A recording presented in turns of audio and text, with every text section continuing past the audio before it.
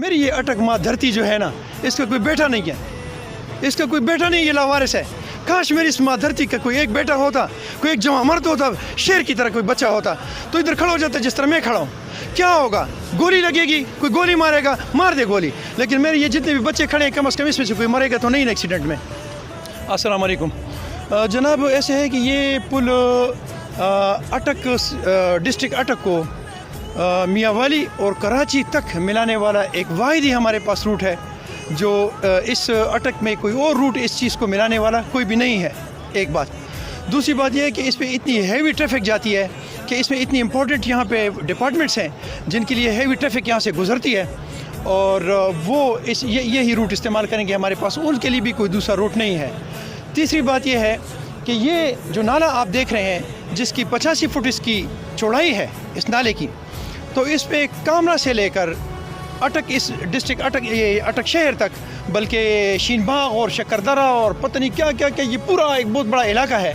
इस पूरे का पानी जो है वो सारा इसी पे आता है, नालियों का भी और सैलाबी पानी भी इस पे आता है। ये वो पुल है जिसको इन्हें चाहिए तो ये था कि ये 30 फुट के बजाय इसको 60 फुट करते, ताकि आइंदा हमारी आने वाली नस्लों के लिए ये पुल काफ़ी होता। अब इन्होंने 30 फुट बनाया है, जबकि इस रोड की चौड़ाई जो चौड़ाई जो है वो अब भी इससे ज़्यादा है। ये इस हिसाब से भी गलत है। एक और बात यह है कि इसकी 85 फुट इसकी लंबाई है इस पुल की, इस नाले की, जबकि पुल की लंबाई इन्होंने रखी है 100 फुट, यानी 7.5 फुट उस साइड पे होगी, 7.5 फुट इस साइड पे होगी। और आप लोगों को पता है कि ये इलाका जो है ये रेतला इलाका है, जैसे ही एक ही सैलाब आएगा तो मेरा ख्याल है कि वो ये पुल जो है ना, किधर से किधर, शायद इसको आप कालाबाग में फिर ऐलान करें कि साड़ा पुल कितने क्या, आगे मेरी पंजाबी में मुक जाएगी, ये इतना दूर पहुँच जाएगा।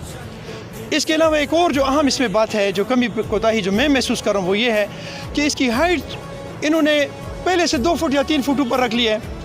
इस तरफ से भी बैक साइड अटक साइड से भी चौड़ाई वो है, उतराई है, और आपके दूसरा साइड जो है उस साइड से भी उतराई है, और ये मोड़ भी है। तो मोड़ हो और दोनों साइड से उतराई हो, इसमें एक्सीडेंट्स फिर ज़रूर होंगे। तो इनको ये चाहिए था कि इसकी हाइट ऊपर रखते और इसकी ये जो गोलाई है इसको थोड़ा सा कम करते, ताकि ये मसला सीधा हो जाता। एक और अहम बात इसमें यह है कि जैसे कि आप देख सकते हैं, ये पानी जो है ये इसका लेवल ऊपर है, इसका लेवल नीचे है, जबकि इन्होंने बेड जो डाला है, ये बेड इन्होंने ऊपर डाल दिया है। ये दुनिया के किसी कानून, किसी उसूल, किसी ज़ाब्ते, किसी चीफ इंजीनियर का बाप ने भी कभी ऐसे नहीं बनाया जैसा इन्होंने ये बनाया है। एक और बात, आप जब सामने जाएंगे जिधर ये इस पानी का बहाव है, वो कम से कम 10 फुट नीचे है, वो कम से कम 10 फुट नीचे है, जबकि आपने बेड जो है वो यहाँ पे जो पानी है उससे 2 फुट आपने ऊपर बनाया है। ये कौन से कानून और कौन से कायदे में है? ये कौन सी दुनिया की मुझे कोई ऐसे कोई कानून बताए जिसमें ये मौजूद हो? मेरे ख्याल में नहीं है। एक और चीज़ कि इसकी कोई कंपेक्शन नहीं हुई, मजदूर ने अपने बेंचों से मिट्टी डाली है और उस मट्टी के ऊपर ये बेड डाला है। ये दुनिया का वो कानून मुझे दिखा दें, वो एक्शन, वो चीफ इंजीनियर, वो कंसल्टेंट, वो ठेकेदार, मुझे वो बता दें कि उसने अपना बंगला कंस्ट्रक्शन कंपेक्शन के बगैर बनाया हो। तो मेरे कौम को और मेरे बच्चों का ये जो पुल है उसको बेशक आप फिर इस तरह बना लें। मियाँ साहब, एक सवाल मैं आपसे करता हूँ, बहुत अहम सवाल है जी। ये जितने नकाइस आपने बयान किए हैं जी, जितनी बेज़ाब्तियाँ आपने बताई हैं, जी, जी। क्या ये चीफ इंजीनियर या जो मुतलका ज़िम्मेदारान इसको बना रहे हैं, या अटक के जो कोऑर्डिनेटर्स हैं, जो इस गायबा पुल की तामीर के सुपरवाइज़र हैं, निगरान हैं, क्या ये सारे के सारे नकाइस उनके इल्म में नहीं है? नंबर 1, अगर इल्म में हैं तो क्या वजह है कि फिर भी ये गायबा पुल तामीर हो रहा है और इसको क्यों नहीं रोका जा रहा? और एक और अहम सवाल ये है कि इसका भी डिज़ाइन, इसकी भी एस्टिमेटेड कॉस्ट को तब्दील किया गया है। पहले 4 करोड़ से ज़ायद थी, अब 1 करोड़ और 19 लाख रुपया की गई है। आखिर क्या वजह है? रिंग रोड का स्कैंडल हमारे सामने है, उसमें भी अटक के बहुत सारे सियासी और इंतज़ामी ऑफिसर्स और सियासी लोगों के नाम आए हैं। तो फिर ये तामीराती कामों में जिसमें आवाम का कीमती पैसा ज़ाया हो रहा है, इसमें इतनी बड़ी बेज़ाब्तियाँ क्यों की जा रही हैं? आपके इस ये जो लंबा सवाल है, इसका मैं एक शॉर्ट सा जवाब दूंगा जो कूजे को दरिया में बंद करते हैं। वो ये है कि मेरी ये अटक माँ धरती जो है ना, इसका कोई बेटा नहीं है, इसका कोई बेटा नहीं, ये लावारिस है। काश मेरी इस माँ धरती का कोई एक बेटा होता, कोई एक जवां मर्द होता, शेर की तरह कोई बच्चा होता, तो इधर खड़ा हो जाता जिस तरह मैं खड़ा हूँ। क्या होगा? गोली लगेगी, कोई गोली मारेगा, मार दे गोली। लेकिन मेरे ये जितने भी बच्चे खड़े हैं, कम अज़ कम इसमें से कोई मरेगा तो नहीं एक्सीडेंट में। कोई एक गैरती बंदा होता तो इस पर कभी बहस ना होता।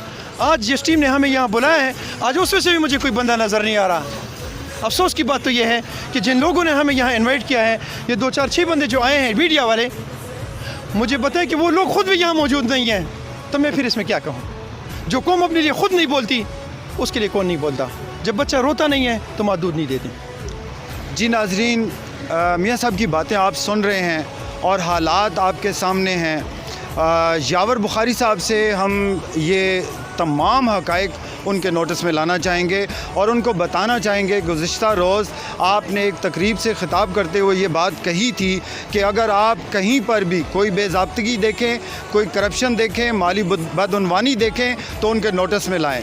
जी यावर बुखारी साहब तमाम हक़ाइक़ आपके सामने रखते हैं। फ़ैसला अब आपने करना है, अवाम ने नहीं करना। अवाम का फ़ैसला आपको आइंदा आने वाले इलेक्शन में मिलेगा। बहुत शुक्रिया।